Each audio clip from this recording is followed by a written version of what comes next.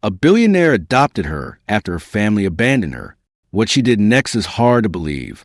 The baby girl was born on a humid evening in a small village nestled between thick groves and red clay paths. Her cry was soft, barely louder than the breeze outside, but when the midwife lifted her into the glow of a flickering lantern, silence swallowed the room. Across her tiny face, from brow to cheekbones, lay a deep bluish-purple birthmark, symmetric and haunting, like a shadow that settled over her eyes. Her mother Miriam recoiled. Her father Elijah turned his head away, and her grandmother whispered the words that would shape the child's fate. She carries a curse. Mayim, pale from the delivery, wept without sound. She had dreamed of a baby girl for years. She'd even picked out a name, Zia, meaning light. But now, cradling the swaddled newborn, fear seeped into her chest. Her husband didn't speak. He simply stood up, walked outside, and didn't return until morning. In their village, old tales lingered like morning fog. Marks on babies were seen as omens, good or bad, and Zia's was too unusual, too visible, too unnatural for them to ignore. Neighbors came and went, bringing dried herbs, strange glances, and pity disguised as advice. One aunt said, "Cover it with clay. It might disappear." An uncle muttered, "No one will marry her." The family's pastor refused to touch her. Even Mayim's own sister Ruth, who had once vowed to help raise Zia, pulled back. "You must think of your other children." She warned, "People talk." But Miriam had no other children. Zia was her first, and perhaps deep down, that's why the betrayal cut so deep. The birthmark didn't hurt the baby. She slept soundly. She nursed gently. Her eyes, when open, were round and dark, full of a silent curiosity. But to the family, the mark was louder than any scream. They kept her inside. No one was allowed to visit. They gave her no name. Elijah refused to hold her. Mayim tried. But every time she looked at Zia's face, guilt twisted in her stomach. Still, she couldn't bring herself to do what Elijah began to suggest. "We can take her to the capital," he whispered one night. "There are places." "What kind of places?" she asked. But she already knew. Weeks passed. One morning, Elijah announced they would visit a clinic. He dressed Mayim and the baby, packed a small bag, and avoided her gaze the whole ride. They didn't stop at a clinic. They stopped at a tall iron gate with fading white paint and a rusted plaque, Hope Haven Orphanage. Mayim's breath caught. She clutched Zia tighter. The child slept, wrapped in a soft white towel, unaware of the decision being made above her tiny head. "Elijah, no, please." Miriam's voice cracked, but he had already rung the bell. An older woman answered. Her eyes were kind, her hands gentle. "Another drop-off?" she asked softly, like this wasn't the first. "No papers." Elijah said, We can't keep her." The woman looked at the baby's face and sighed. "She's beautiful," she said. Elijah flinched. Mayim trembled. Her hands shook as she laid the baby in the woman's arms. She kissed Zia's forehead once, just above the mark. "I'm sorry," she whispered as tears streamed down her cheeks. They turned and walked away. Zia didn't cry. She just opened her eyes wide and silent, as if she already understood. As the gates closed behind her parents, Zia's new life began, not as a daughter, not as a beloved child, but as the baby with the mark.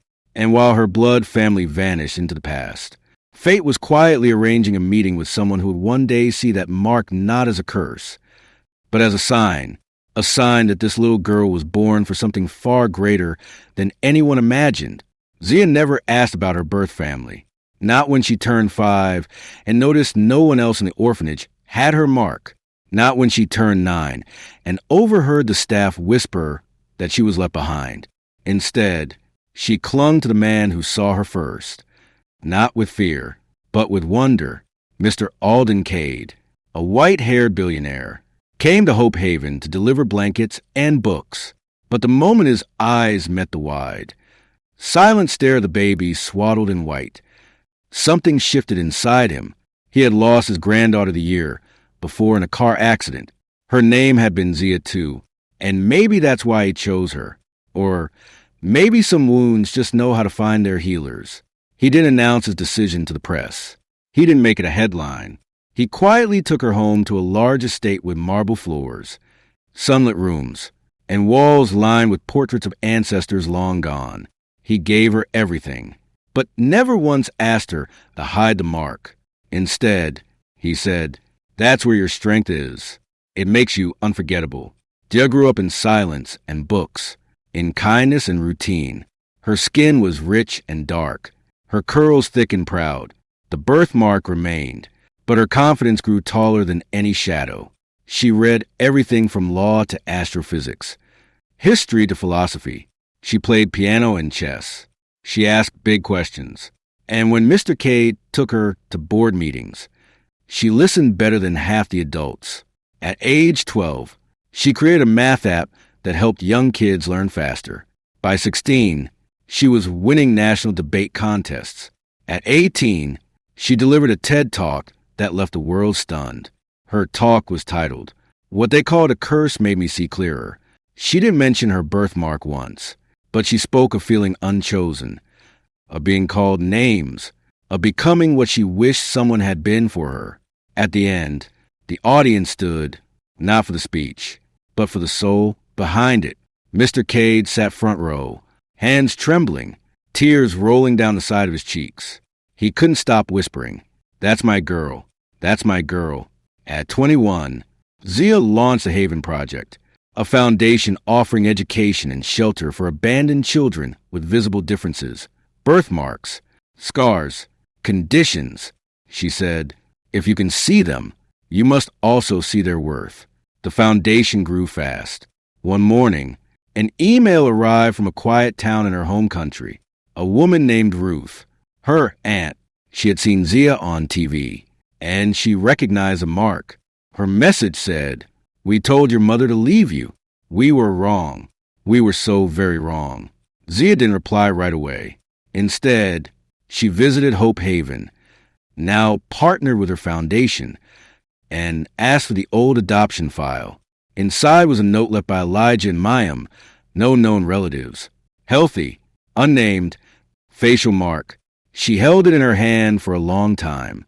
Then she wrote a short message back to Ruth. "You didn't curse me. You freed me." Mr. Cade's health began to fail the following year. He became quieter, more reflective, and one night, Zia sat by his bedside, holding his hand.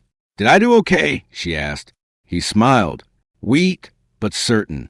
"No, Zia, you didn't do okay. You did the impossible. You turned pain into purpose. You made me proud. I lived long enough to see it." He passed away 2 days later. At his funeral, she didn't cry. She wore white. Her natural hair framed her face. Her mark was still visible, bold blue, and utterly hers. She gave a speech, not about death, but about transformation. She ended it with, "Some people are left at orphanage gates. Others are left by fate. But the ones who rise anyway, they are the ones the world remembers." Today, Zia's name sits atop a university research center. A statue of her as a child, wrapped in white with her mark, stands in front of Hope Haven, and her foundation spans over 6 countries. People no longer ask what's on her face. They ask how she became who she is. And the answer is always the same.